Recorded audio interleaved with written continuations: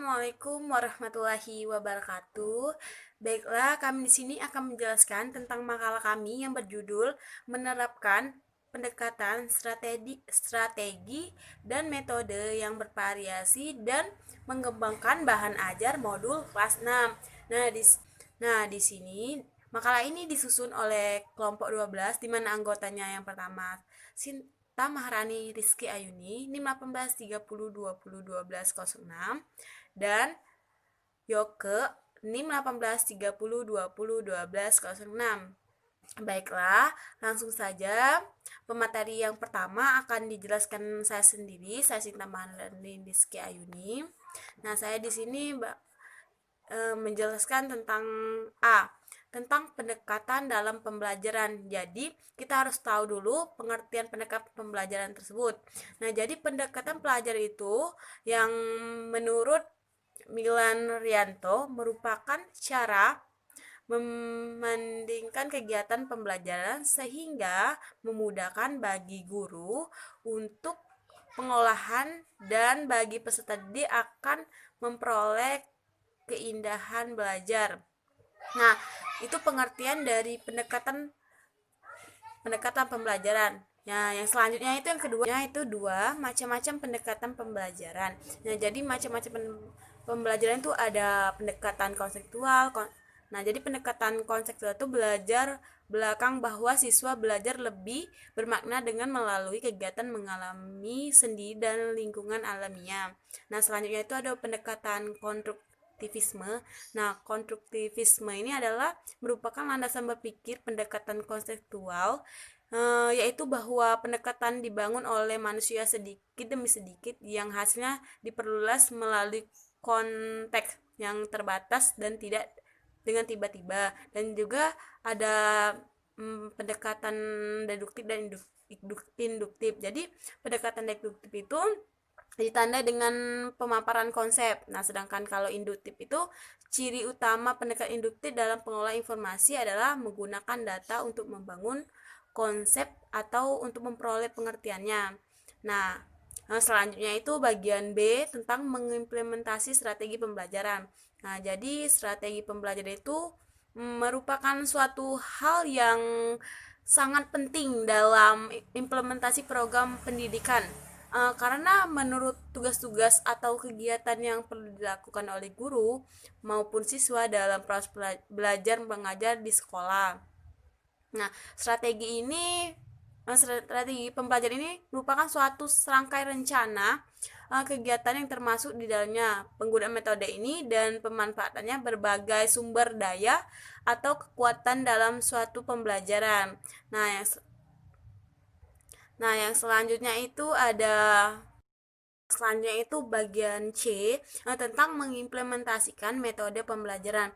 Jadi metode itu adalah suatu cara yang dipergunakan untuk mencapai tujuan yang telah ditetapkan dalam proses interaksi belajar mengajar. Nah, metode ini sangat diperlukan seorang guru bervariasi dengan sesuai tujuan yang ingin dicapai setelah pengajaran berakhir.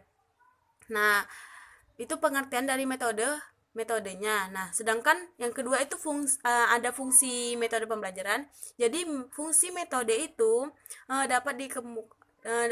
dapat sebagai pemberi jalan atau cara yang sebaik mungkin bagi pelaksana operasional dari ilmu pengetahuan tersebut. Sedangkan dalam konteks lain, metode ini juga dapat merupakan sarana untuk menentukan atau menguji dan menyusun data yang diperlukan bagi pengembangan disiplin suatu ilmu.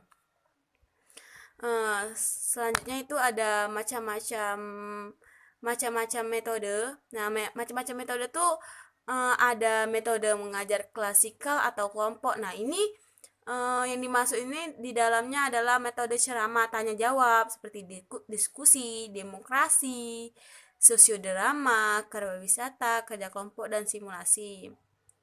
Nah, dan ada metode ceramah. Metode ceramah ini adalah seperti metode khotbah. Sebagian para ahli metode ini disebut adalah suatu cara penyampaian bahan pelajaran secara lisan oleh guru di depan kelas atau kelompok. Selanjutnya itu ada metode diskusi, di mana metode diskusi ini yaitu cara penyimpulan bahan pelajaran di mana guru memberikan kesempatan pada siswa untuk berbincang ilmiah tentang suatu topik. Guru mengumpulkan atau mengemukakan pendapat atau ide-ide atau bertukar pendapat pada pikiran. Mungkin itu saja penjelasan dari saya. Nah, selanjutnya penjelasan dari Saudari Yoke kepada Saudari Yoke, kami persilakan. Baiklah, langsung saja di sini saya akan melanjutkan pemaparan materi dari kelompok kami. Selanjutnya yaitu D, pengembangan bahan ajar, modul kelas 6. Jadi yang pertama yaitu pengertian pengembangan bahan ajar.